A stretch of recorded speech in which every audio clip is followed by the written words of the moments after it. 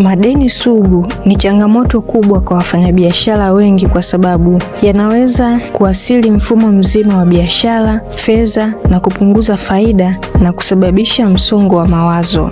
Kutoka kwenye madeni ni jambo ambalo linawezekana kama utachukua hatua sahihi na kujenga nidhamu ya fedha, kuongeza vyanzo vya mapato na kupanga bajeti ya ulipaji wa madeni kwa utaratibu mzuri na sahihi. Utaweza kujitoa kwenye madeni na kurudi kwenye hali yako nzuri ya kifedha. Hatua ya kwanza, jenga nidhamu ya fedha. Nidhamu ya fedha ndiyo msingi wa kwanza wa kutoka kwenye madeni sugu. Bila kujifunza kudhibiti matumizi yako, madeni yataendelea kukua hata kama unapata kipato kizuri. Kujenga nidhamu ya fedha itakusaidia kuishi ndani ya uwezo wako kulingana na kipato chako na kuanza kupunguza madeni hatua kwa hatua bila kurudi nyuma kifedha. Hatua ya pili, tafuta mtu wa kukusaidia. Wakati mwingine kutoka kwenye madeni sugu kunahitaji msaada wa kuwa na mshauri wa kifedha, mwekezaji au mtu wa karibu ambaye anaweza kukupa mwongozo mzuri na msaada wa kifedha.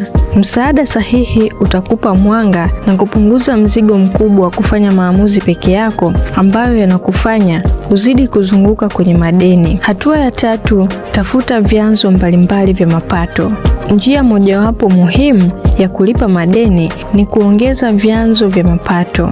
Unapotegemea chanzo kimoja cha mapato, inakuwa ni moja ya sababu kubwa ambayo inachelewesha mchakato mzima wa kujitoa kwenye madeni sugu. Ukiongeza vyanzo vya mapato, utapata uwezo mkubwa wa kulipa madeni kwa wakati. Hatua ya nne, usikope pesa kulipa madeni. Kukopa pesa ili kulipa deni lingine mara nyingi huwa inasababisha mzunguko wa madeni usioisha na kuongeza matatizo mengi ya kifedha. Kuepuka kukopa pesa kwa ajili ya kulipa madeni itakusaidia kuvunja mzunguko wa madeni yanayojirundika. Hatua ya tano, tengeneza bajeti maalum ya kulipa madeni ulionayo. Bajeti maalum ya madeni itakuonyesha kiasi gani cha fedha ambacho unatakiwa kukitenga kila mwezi ama kila wiki kwa ajili ya kulipa madeni badala ya kutumia pesa zako bila mpangilio. Bajeti itakupa mwongozo mzuri wa malipo na kuhakikisha madeni yanapungua na kuisha kwa wakati.